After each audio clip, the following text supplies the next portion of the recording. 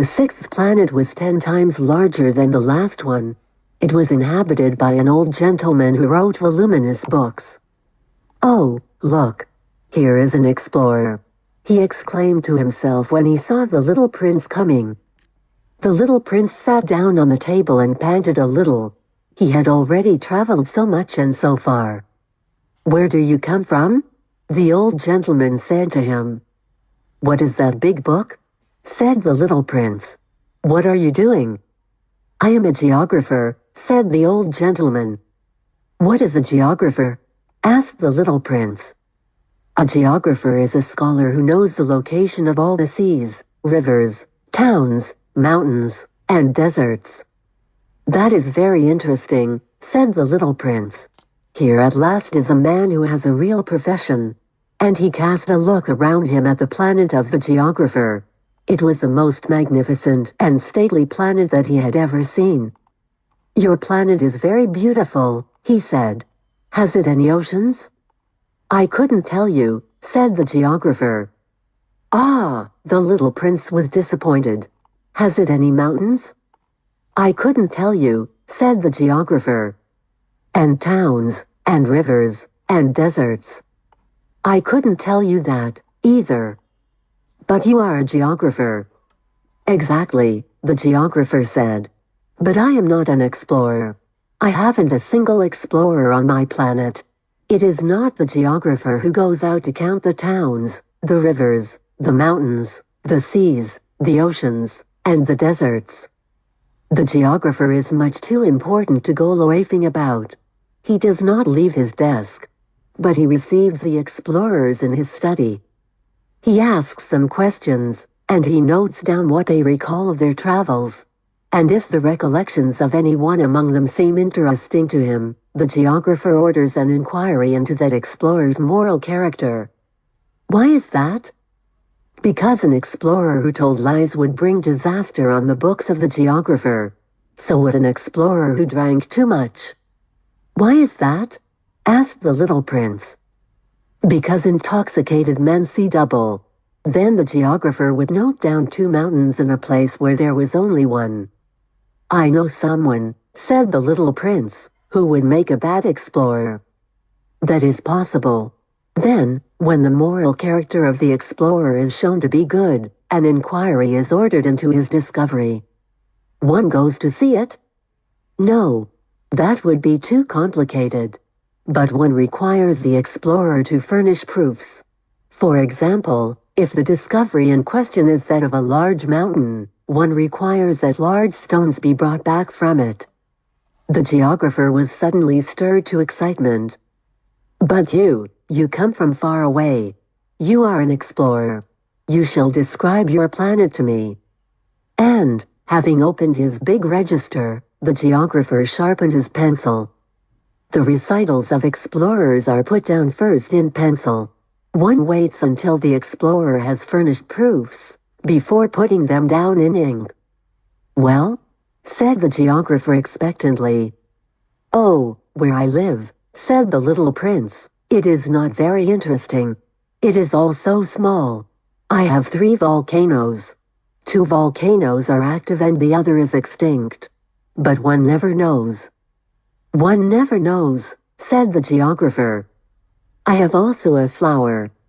"We do not record flowers," said the geographer. "Why is that?" "The flower is the most beautiful thing on my planet."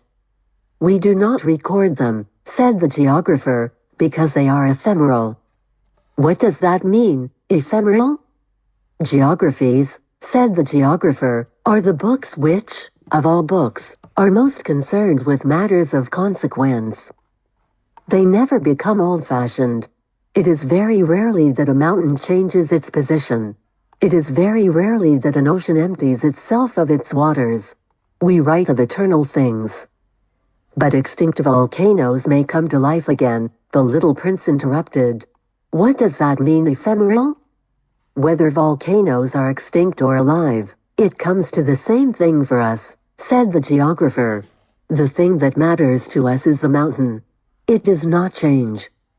"But what does that mean, ephemeral?" repeated the little prince. who never in his life had let go of a question once he had asked it. It means, which is in danger of speedy disappearance.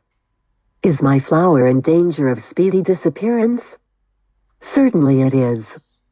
My flower is ephemeral, the little prince said to himself, and she has only 4 thorns to defend herself against the world. And I have left her on my planet, all alone. That was his first moment of regret. But he took courage once more. What place would you advise me to visit now? He asked. The planet Earth, replied the geographer. It has a good reputation. And the little prince went away, thinking of his flower. 16. So then the 7th planet was the Earth. The Earth is not just an ordinary planet. One can count, there, 111 kings. Not forgetting, to be sure, the Negro kings among them, 7,000 geographers, 900,000 businessmen, 7,500,000 tipplers, 311 million conceited men, that is to say, about 2 billion grown-ups.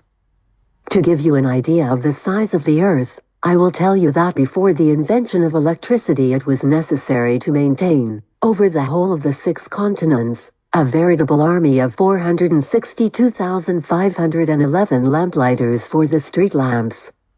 Seen from a slight distance, that would make a splendid spectacle. The movements of this army would be regulated like those of the ballet and the opera.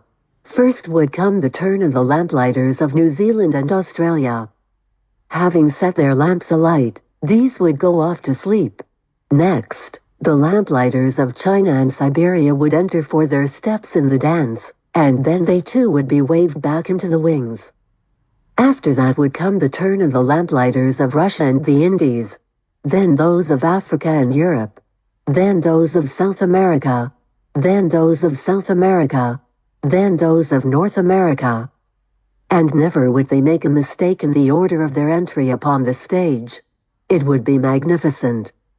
Only the man who was in charge of the single lamp at the North Pole, and his colleague who was responsible for the single lamp at the South Pole, only these two would live free from toil and care. They would be busy twice a year. 17.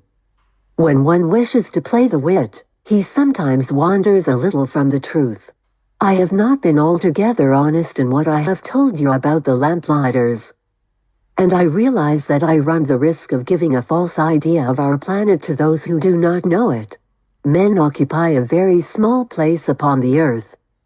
If the 2 billion inhabitants who people its surface were all to stand upright and somewhat crowded together, as they do for some big public assembly, they could easily be put into one public square 20 miles long and 20 miles wide. All humanity could be piled up on a small Pacific islet. The grown-ups, to be sure, will not believe you when you tell them that. They imagine that they fill a great deal of space. They fancy themselves as important as the bababs. You should advise them, then, to make their own calculations. They adore figures, and that will please them. But do not waste your time on this extra task. It is unnecessary. You have, I know, confidence in me. When the little prince arrived on the Earth, he was very much surprised not to see any people. He was beginning to be afraid he had come to the wrong planet, when a coil of gold, the color of the moonlight, flashed across the sand. Good evening, said the little prince courteously. Good evening, said the snake. What planet is this on which I have come down? Asked the little prince. This is the Earth. This is Africa, the snake answered. Ah, then there are no people on the Earth? This is the desert. There are no people in the desert. The Earth is large, said the snake. The little prince sat down on a stone and raised his eyes toward the sky.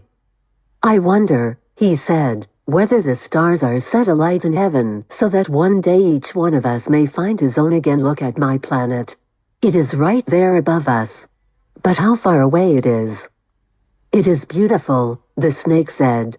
What has brought you here? I have been having some trouble with a flower, said the little prince. Ah, said the snake. and they were both silent. Where are the men? The little prince at last took up the conversation again. It is a little lonely in the desert. It is also lonely among men, the snake said. The little prince gazed at him for a long time. You are a funny animal, he said at last. You are no thicker than a finger. But I am more powerful than the finger of a king, said the snake. The little prince smiled. You are not very powerful. You haven't even any feet. You cannot even travel. I can carry you farther than any ship could take you, said the snake. He twined himself around the little prince's ankle, like a golden bracelet. Whomever I touch, I send back to the earth from whence he came, the snake spoke again. But you are innocent and true, and you come from a star. The little prince made no reply. You move me to pity, you are so weak on this earth made of granite. The snake said, I can help you, someday, if you grow too homesick for your own planet. I can. Oh, I understand you very well, said the little prince. But why do you always speak in riddles? I solve them all, said the snake. And they were both silent. 18. The little prince crossed the desert and met with only one flower. It was a flower with 3 petals, a flower of no account at all. Good morning, said the little prince. Good morning, said the flower. Where are the men? The little prince asked, politely. The flower had once seen a caravan passing. Men? She echoed. I think there are 6 or 7 of them in existence. I saw them several years ago, but one never knows where to find them. The wind blows them away. They have no roots, and that makes their life very difficult. Goodbye, said the little prince. Goodbye, said the flower. 19. After that, the little prince climbed a high mountain. The only mountains he had ever known were the 3 volcanoes, which came up to his knees.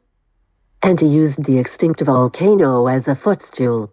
From a mountain as high as this one, he said to himself, I shall be able to see the whole planet at one glance, and all the people. But he saw nothing, save peaks of rock that were sharpened like needles. Good morning, he said courteously. Good morning, good morning, good morning, answered the echo. Who are you? Said the little prince.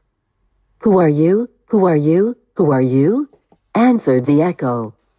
Be my friends. I am all alone, he said. I am all alone, all alone, all alone, answered the echo. What a queer planet, he thought. It is altogether dry, and altogether pointed, and altogether harsh and forbidding. And the people have no imagination. They repeat whatever one says to them. On my planet I had a flower. She always was the first to speak. 20.